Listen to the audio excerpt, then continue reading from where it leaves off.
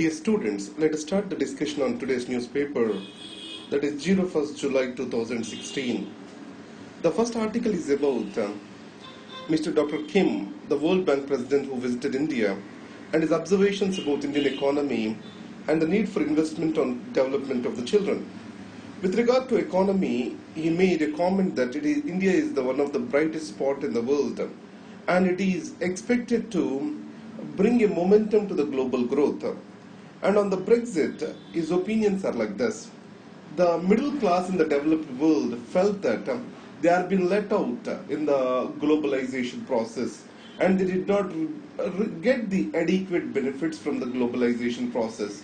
The situation got worsened from 2008 when the economic recession has led to various austerity measures across the Europe. And the refugee crisis has instilled the fears and destabilized the communities. That is the reason why 52% plus population voted in favor of Brexit in UK.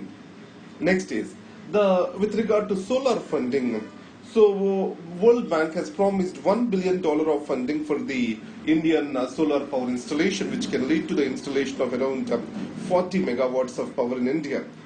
Now, coming further to this, Indian Solar Alliance, which is an initiative of India at the Paris conference, the World Bank has promised its assistance.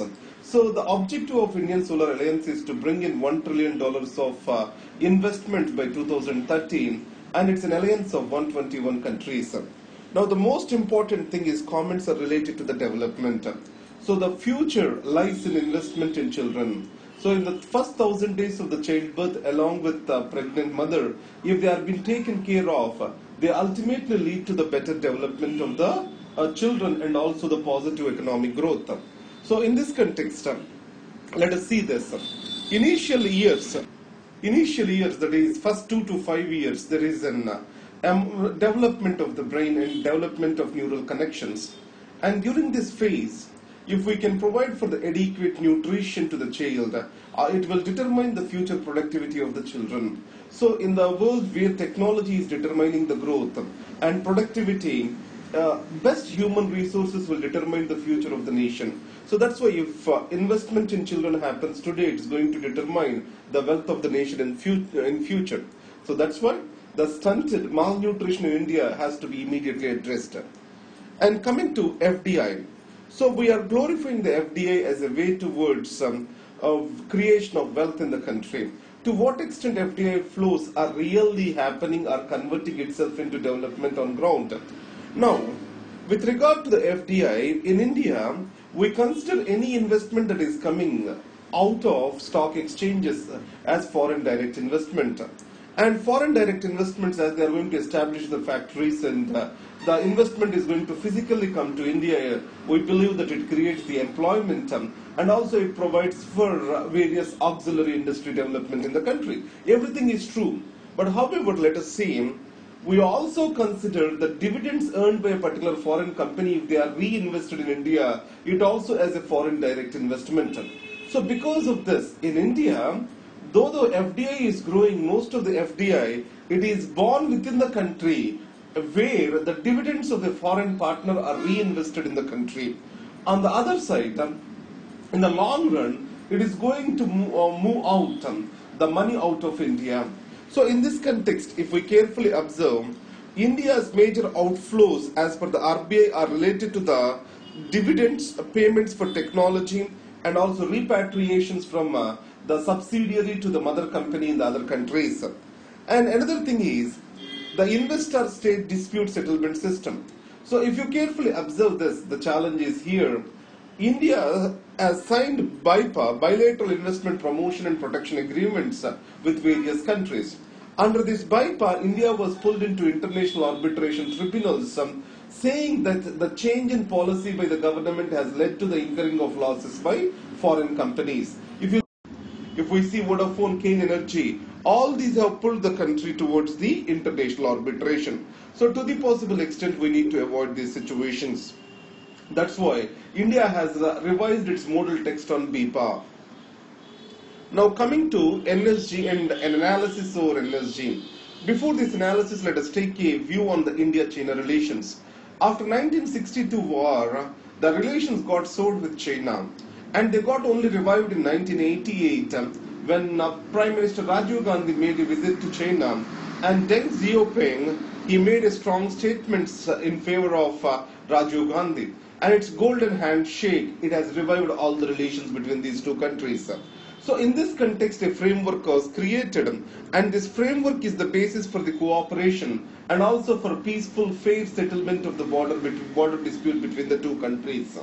Now, in 1986 itself, on the northeastern side of Arunachal Pradesh, at Sumdorong Cho, here there is a standoff between Indian and Chinese army.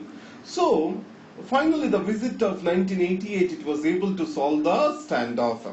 Now at this point of time, with the NSG, China opposing the India's entry into NSG, has soured the relations again.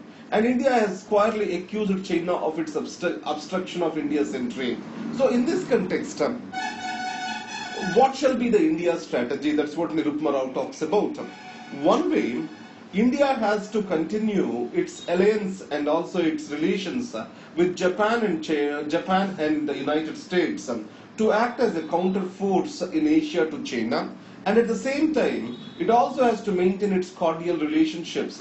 So the confidence building measures and also high level visits between India and China has to continue. Now the second important point spoken over here is, in the era of electronic media, 24/7 on television cameras and social media, conducting a diplomacy itself has becoming a gigantic task. So Mr. Jaswant Singh has rightly observed that diplomacy cannot be conducted in amphitheater. So this is what her opinion to coincides with. So in these circumstances, India has to follow a dual strategy. One way balancing the China in Asia, and the other way it also has to develop cordial relations with the China, and this is possible. And coming to a fillip to growth with regard to 7th Pay Commission recommendations. So now, what can be the outcomes of the 7th Pay Commission recommendations? After 7th Pay Commission, 1.14 lakh crore of burden was created on the central government to pay for the salaries, pensions for the central government employees. So obviously, when the incomes of the people have increased, it also leads to the demand for consumption. So it means the private consumption is going to fuel the growth of the economy. And second, the unwanted outcome of this is going to be the inflation, and also the fiscal deficit may get widened.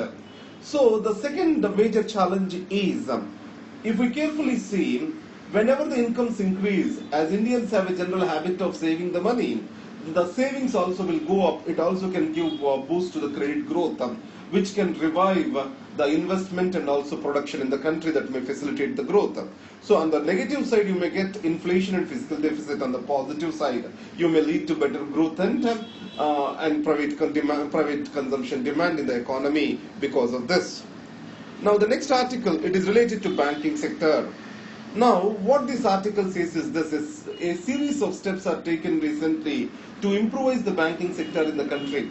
The first one is based on the Nayak Committee report. The Bank Boards Bureau was appointed to look into the appointments of the higher officials in the bank, that is the top management. And added to that, a stressed asset fund and recovery tribunal is also constituted. The bankruptcy code is being formulated by the government. So on financial inclusion side, Janadana Yojana is brought in, and also the government is providing for mergers and acquisitions of the banks. The loss-making weak banks have been merged with the bigger banks. If you take all the SBI subsidiaries are being merged with the State Bank of India now. It provides for economy of scales and also synergy between the actions and closing down of non-performing branches, etc. All these can improvise the banking sector in the country. And Rakesh Mohan Committee, Narsimhan Committee, all these have recommended for creating the banking mergers and synergies between various bank branches. So finally, payment banks are also initiated. So in rural areas, so when we nationalized the bank, providing for the credit to the agriculture and also breaking the nexus between banking and industry are the two aims. Now, As payment banks are been spreading, so these full-time banks may need not be necessary onto the rural side. So in this context, and the technology is also improving, so the mergers is a good way forward. But however, mergers will be successful only when there are synergies. On the other side, they will become a bitter experience. So that's why the loss making for units where there are no scope for the synergy, they shall be better privatized. And finally, as the credit score based mechanism is growing in India, new loans to be approved through the bank shall be purely on the credit score. If the discretion which is available to the bankers have to be removed with, and it has to be made an automatic process through the credit score. These are the recommendations made. Now, what is meant by this credit score? So, a person, what are his capabilities to pay a loan? This is based on the credit score. And the next is, new missile is shot, new missile is been tested, new missile shoots down target aircraft. So it is related to the medium range surface to air missile. So we had previously Akash and Trishul. These are supposed to be developed by DRDO, but however, it got unduly delayed. Then DRDO and Israel Aerospace Industries, they came to a joint venture to develop the medium range surface air missile. Now it has a range of 70 kilometers. Obviously, it is going to increase the India's air defense capability. But however, it is supposed to be developed in a joint venture. So the major criticism is the DRDO was made as a junior partner, and it is designed and developed by Aerospace Industries of Israel. So in this context, as the technology transfer did not happen, ultimately it is going to benefit the Israel, and the relation will more stand as a buyer and seller relationship. And the intellectual property rights also hold with Israel. So that is the negative side. Coming to the Supreme Court, you all know that in 2014 in NALSA judgment, NALSA means National Legal Services Authority versus Union of India judgment, the Supreme Court held that the transgender shall be considered as socially and educationally backward classes, and reservations need to be provided for them. So in this context, government filed a request for the clarification on what constitutes to be the transgenders. In this case, the Supreme Court has clarified that the lesbians, gays and transgenders, lesbian, gays and bisexuals, they do not come under the definition of transgenders in its 2014 judgment.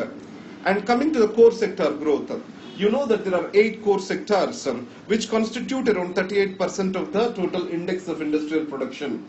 So in this context, it has grew only by 2.8% in May. So what is the reason for this?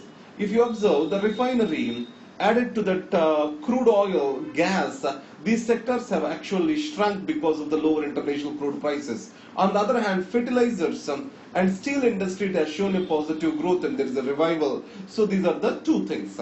So that's why the actual growth has been slowed down to 2.8% in May. Index of industrial production is collected once in a month. So these are the articles important for today. Thank you very much. All the best.